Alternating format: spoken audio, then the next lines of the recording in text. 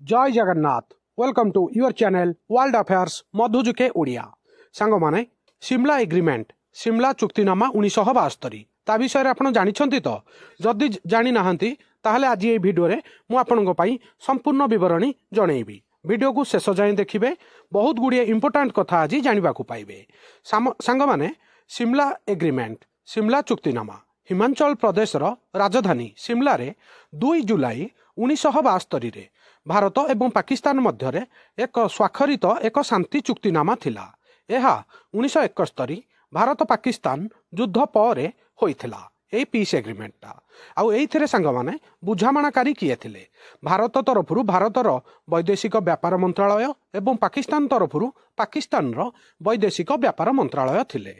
आउ ए एग्रीमेंट रे सांग माने दस्तखतकारी किए थिले भारत तरफरु तत्कालीन प्रधानमंत्री श्रीमती इंदिरा गांधी एवं पाकिस्तान तरफरु पाकिस्तान राष्ट्रपति जुल्फिकार अली भुट्टो ए एग्रीमेंट रे साइन करथिले। सांग माने आपण जानिथिबे 1971 मसिया रे भारत और पाकिस्तान मध्य युद्ध होइथिला, जहा परे फलाफल रूप से पूर्व पाकिस्तान ईस्ट पाकिस्तान जहा थिला बांग्लादेश रूप से गोटे नुआ देश सृष्टि होइथिला। 1971 युद्ध पर बांग्लादेश प्रतिष्ठा होइथिला। एबे आमे जानिबा सिमला एग्रीमेंट रो मुख्य बिंदु। सांग माने फर्स्ट पॉइंट थिला शांतिपूर्ण संकल्प।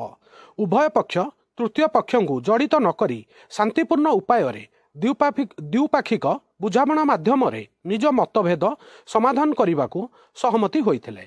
सिमला एग्रीमेंट रो एटा थिला फर्स्ट पॉइंट। उभय पक्ष निज निज भितर कथबार्ता करिकी बुझामणा करिया पई राजी होइथिले।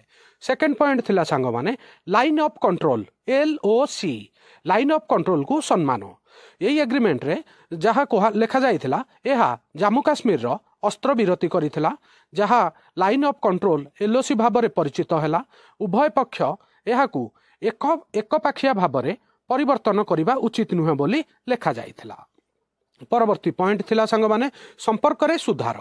यही चुक्तिनामा अनुजाई कूटनैतिक संपर्क पुनर्स्थापित करने मूल लक्ष्य थिला। वाणिज्य भ्रमण एवं जोगाजोग को प्रोत्साहित करने एवं दीर्घस्थायी शांतिपूर्ण संपर्क दिगरे कार्य करने उद्दिष्ट थिला। एटा ए पॉइंटा बहुत बड़ पॉइंट। डिप्लोमेटिक वे रिलेशन एठू स्टार्ट होइथिला।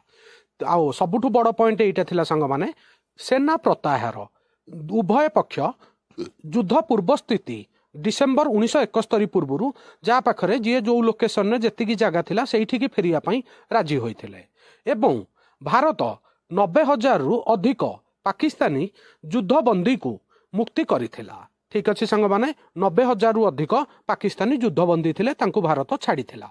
आउ सिमला एग्रीमेंट रो महत्व कौन हैला सांग माने यह भविष्यतर शांति आलोचना एवं भारत एवं पाकिस्तान मध्य कूटनैतिक भित्तिप्रस्तर स्थापना करिथिला। यह द्विपाक्षिकता उपरे गुरुत्वारोप करिथिला, जहा परे भारत काश्मीर प्रसंग रे अंतर्जातीय हस्तक्षेप विरुद्ध रे जुक्ति करिथिला। ठीक अच्छे सांग माने आजिर एई सिमला एग्रीमेंट इनफॉर्मेटिव वीडियो एठी सरिला।